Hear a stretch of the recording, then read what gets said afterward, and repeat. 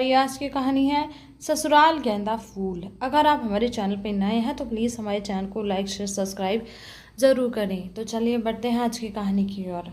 लाडो अब पराए घर जा रही है। बहुत सोच समझ कर चलियो, अब समझी। शादी के बाद बहुत कुछ बदल जाता है। बेटी कृति की विदाई से पहले माँ कामना जी नम आँखों से बोली, ओह अम्मा, जब वो घर पराया है तो क्यों भेज रही हो मुझे वहाँ? मैं तो सारी उम्र आपके पास रहने को तैयार हूँ। कृति माँ के आंसू पोंछती हुई लाड में बोली, पगली, यही तो खासियत होती है हम लड़कियों में। पराए घर जा अपनी पसंद भूल कर उस घर की पसंद अपना, वहाँ ऐसी रम जाती हैं कि वो घर पराया नजर नहीं आता। तू भी सबकी पसंद अपनाना और सबको अपना बनाना, समझी? और यहाँ की तरह बात बात पर अपनी पसंद को आगे मत रखना। सबकी पसंद का ध्यान रखना, यही एक बहू का कर्तव्य होता है, कामना जी बोली। इसी सीख के साथ कृति की विदाई हुई और वो आकाश की दुल्हन बनकर ससुराल आ गई। कितनी मुश्किल घड़ी होती है ना एक बेटी के लिए। पराए लोग, पराया घर, सब कुछ पराया पराया सा, जिसे अब सारी उम्र उसे अपनाना है। भले वो घर उसे अपनाए या ना अपनाए, उसे सबको अपनाना ही है। स्वागत है आपका आपके नए घर में भाभी। घूंघट में सुकृति कृति को द्वार पर अपनी शादीशुदा इकलौती ननंद आंचल की आवाज़ सुनाई दी। हल्का सा घूंघट ऊपर कर वो मुस्कुरा दी और गृह प्रवेश की रस्में पूरी की। बहू, आज से ये घर तुम्हारा और हम सब भी तुम्हारे। तुम हमें अपनाओ, हम तुम्हें अपनाएंगे, तभी तो बराबरी का रिश्ता जुड़ेगा।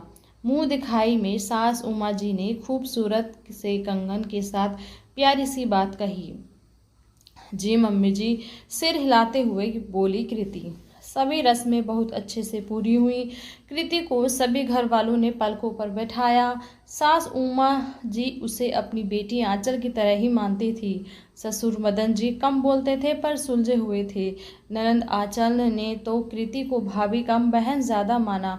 शादी हो चुकी थी उसकी, पर सभी मेहमानों के जाने के बाद भी कुछ दिन रुक गई थी वो यहाँ। और कृति का देवर अमन, वो कृति के आगे पीछे घूमता था। फिर भी कृति सहमी सहमी सी रहती। उसे यही डर लगता रहता, जाने अनजाने उससे कोई गलती ना हो जाए, इसलिए वो सबकी बातों को सिर झुका मान लेती, जो बनता खा लेती।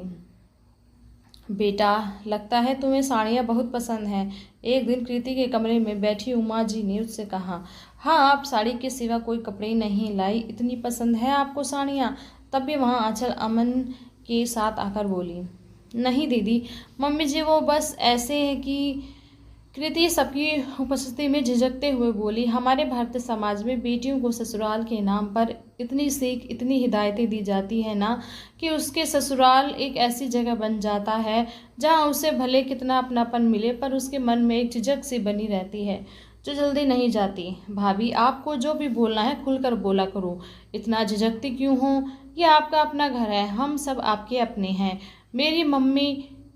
मेरी मम्मा को तो बातों की इतनी आदत है। मेरे जाने के बाद बेचारी अकेली हो गई थी। जब से आपसे रिश्ता जुड़ा तब से कितना खुश है कि बहू से जी भरकर बातें करूंगी, पर आप तो कितना कम बोलते हो।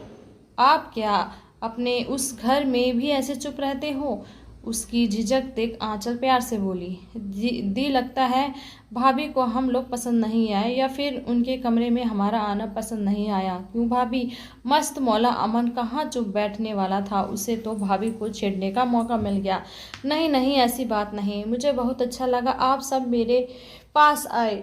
साड़ी की बात तो मुझे बिल्कुल पसंद नहीं, पर मम्मा ने कहा ससुराल में अपनी पसंद नहीं देखी जाती, वहाँ जो ससुराल वाले चाहते हैं वो पहनना पड़ता है, जो उन लोगों को पसंद हो वही बनाना खाना पड़ता है। कृति नज़र झुकाते हुए बोली, क्यों भाई, ये ससुराल है, कोई जेल थोड़ी है जिसमें तुम कैदी हो और हम सब जेलर जो तुम्हें हम सबकी पसंद से चलना होगा।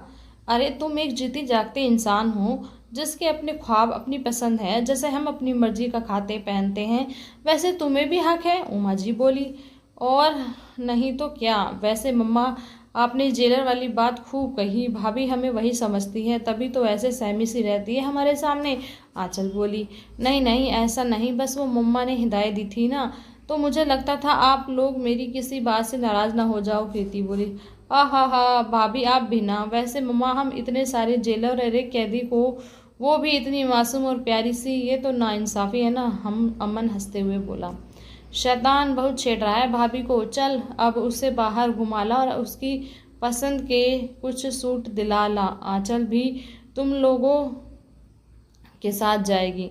आकाश को भी फ़ोन कर देना, जल्दी आ तुम्हें ज्वाइन कर लेगा। खाना बाहर ही खा आना तुम लोग, यही तेरी सज़ा है। अब उमा जी बेटे का कान खींचते हुए बोली। अरे वाह अम्मा, ये तो बड़ी खूबसूरत सज़ा है। हाँ तो भाभी जान आप क्या खाना पसंद करोगी? अमन बोला। जो आप चाहें। आदत से मजबूर कृति बोली। हे भगवान, अमन और आंचल दोनों सिर पीटते हुए बोले तो सब खिलखिला दिए, जिसमें सबसे तेज हंसी कृति की थी। शादी के बाद पहली बार जो खुलकर मुस्कुराई थी, वो भी अपनी मर्जी से। इतना प्यारा ससुराल जो मिला। दोस्तों, हमारे भारतीय परिवार में शादी के समय लड़कियों को कितनी हिदायतें दी जाती हैं। ऐसा नहीं करना, ये नहीं पहनना, वो नहीं करना, मतलब कि जैसे अपनी मर्जी से जीना ही नहीं। मानो कुछ ससुराल में बहुओं पर पाबंदियां होती हैं, पर सब में नहीं। लेकिन बहू पूर्वाग्रहों से ग्रसित हो सबको जल्दी से अपना नहीं पाती और रिश्तों में खिंचाव सा बना रहता है, जो गलत है। माना कुछ के लिए ससुराल कांटों की जेल होता है तथा और कुछ के लिए ससुराल गेंदा फूल होता है, खूबसूरत सा, जहां उन्हें अपनी पसंद मारनी नहीं पड़ती। तो दोस्तों, कैसी लगी आज की आपको ये कहानी, हमें ज़रूर कमेंट करके बताएं। और ऐसे ही कहानियों को सुनने के लिए हमारे चैनल के साथ बने रहें और हमारे चैनल को भी सब्सक्राइब करें और इस स्टोरी को अपने फैमिली फ्रेंड के साथ शेयर करें। तो बहुत बहुत शुक्रिया।